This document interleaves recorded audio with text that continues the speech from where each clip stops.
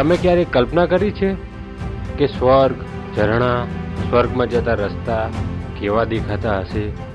તો હું કહીશ હા, કારણ કે સ્વર્ગની સુંદરતા અને ઝરણા, સ્વર્ગમાં જતા રસ્તાઓ જેવી મજા માણવી હોય તો ચોમાસામાં ડાંગ જિલ્લાની મુલાકાત અવશ્ય લેજો.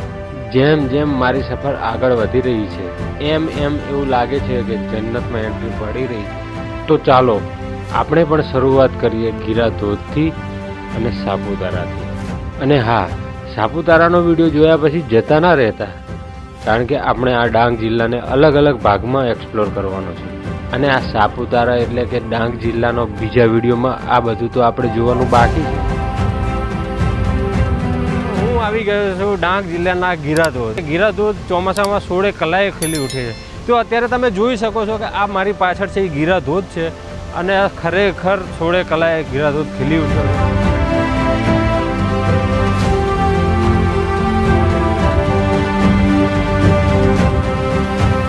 કુદરતની અમૂલ્ય ભેટે ડાંગની સાથે સાથે રાજ્ય અને દેશને પણ એક નવી ઓળખ આપી છે.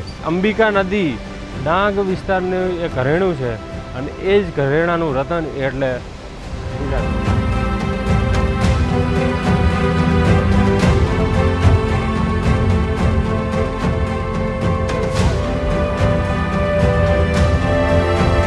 મિત્રો. અમને પહેલાં સવારે થોડું ટેન્શન થઈ ગયું હતું, કારણ કે વરસાદ બંધ નહોતો થઈ રહ્યો અને અમે લગભગ 1-1.5 કલાક વેઇટ કરી, છતાં અમને પછી રહેવાયું નહીં. ચાલુ વરસાદમાં પણ અમે શૂટ કરવા માટે આવી ગયા અને વિડીયો સરસ એવો શૂટ કર્યો છે. તમે જોજો અને વધુમાં વધુ લોકો સુધી શેર કરજો. ડાંગની સ્પેશિયાલિટી તમને બતાવું કે વાંસની વસ્તુમાંથી બનાવેલી બધી આર્ટ. જો મિત્રો, આ બધી વસ્તુ વાંસમાં આર્ટ કરેલી છે. જાતે બનાવેલી બધી વસ્તુઓ છે, એ તમે ખરીદી શકો છો અને તમારા ઘરની એક શોભા વધારી શકો છો.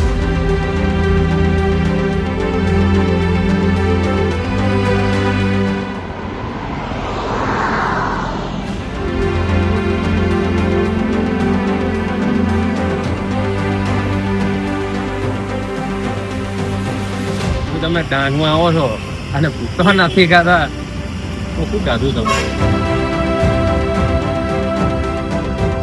દર વર્ષે આ ડાંગ જિલ્લાનો આ શિવઘાટ મંદિરનો ધોધ આવો જ નજારો આપે છે અને તમે જોઈ શકો છો. આને એકદમ રોડ ઉપર છે, બાજુમાં રોડ છે, ઊંચા પહાડમાંથી આ ધોધ પડે છે અને રોડની નીચે થઈ અને મોટી ખીણમાં આ ધોધ જાય છે.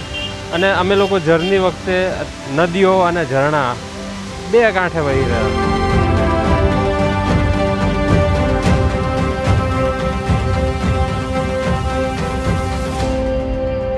રસ્તાની આજુબાજુમાં ખેતર અને આ બાજુ ખેતી થઈ રહી છે, ડાંગર વાવી રહ્યા છે, ભેંસ ચરી રહી છે. આ કુદરતી નેચરલ વાતાવરણ કેટલું અદ્ભુત દેખાઈ રહ્યું છે.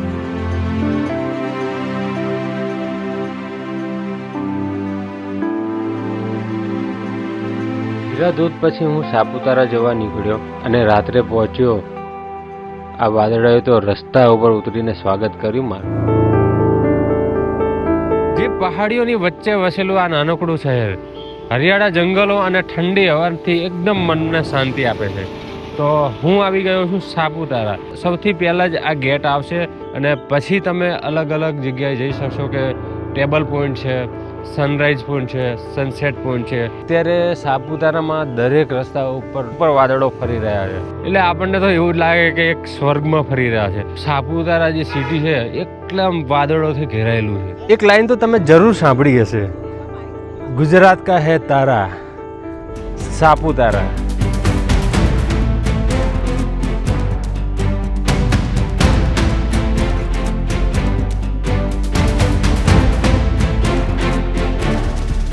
સનરાઈઝ પોઈન્ટ ઉપર, આમ તો સનરાઈઝ પોઈન્ટ ઉપર આવવા માટે સવારે 6 વાગે આવો તો વધારે સારા વ્યૂ જોવા મળે. અને આ છે સાપુતારાના જંગલ.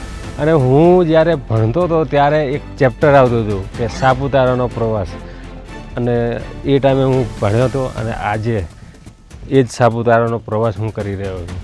બહુ અલગ જ ફિલિંગ છે.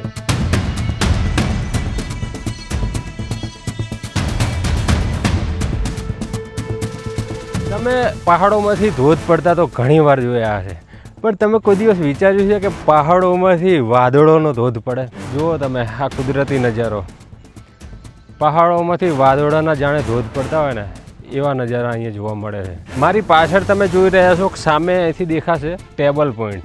સાપુતારા તળાવ છે એનો બહુ જ સુંદર નજારો જોવા મળી રહ્યો છે. સાપુતારા નામ તો બધાએ સાંભળ્યું હશે. તમને ખબર છે કે સાપુતારાને સાપુતારા કેમ કહેવાય છે? એનું કારણ છે કે આ જે તળાવ છે એ સાપોનું તળાવ છે. આનું ઓરિજિનલ નામ છે સર્પગંગા તળાવ. આના નામ ઉપરથી સિટીનું નામ પડ્યું છે સાપુતારા. અને આ તળાવની આજુબાજુનો એરિયા મેનો એરિયા જ ગણાય છે, કારણ કે ખાણીપીણી એરિયા છે અને આજુબાજુમાં બધી મોટા ભાગની હોટલો છે. અને આ તળાવ એક પહાડોની વચ્ચે છે, એટલે આનો કુદરતી નજારો પણ બહુ સરસ છે.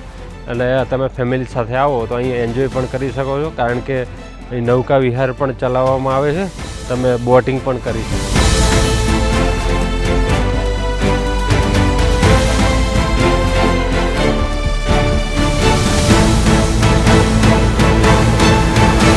હું આવી ગયો છું ટેબલ પોઈન્ટ ઉપર અને તમને વાતાવરણ જોઈને ખબર પડી જઈ હશે કે કેવું વાતાવરણ છે.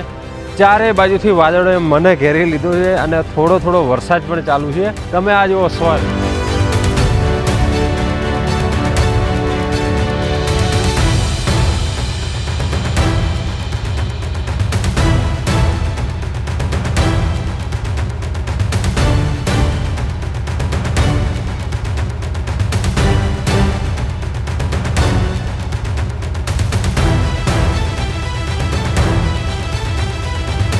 જગ્યા ઉપર આ બધી વસ્તુ મળે ને એટલે એનર્જી ફૂલ એકદમ.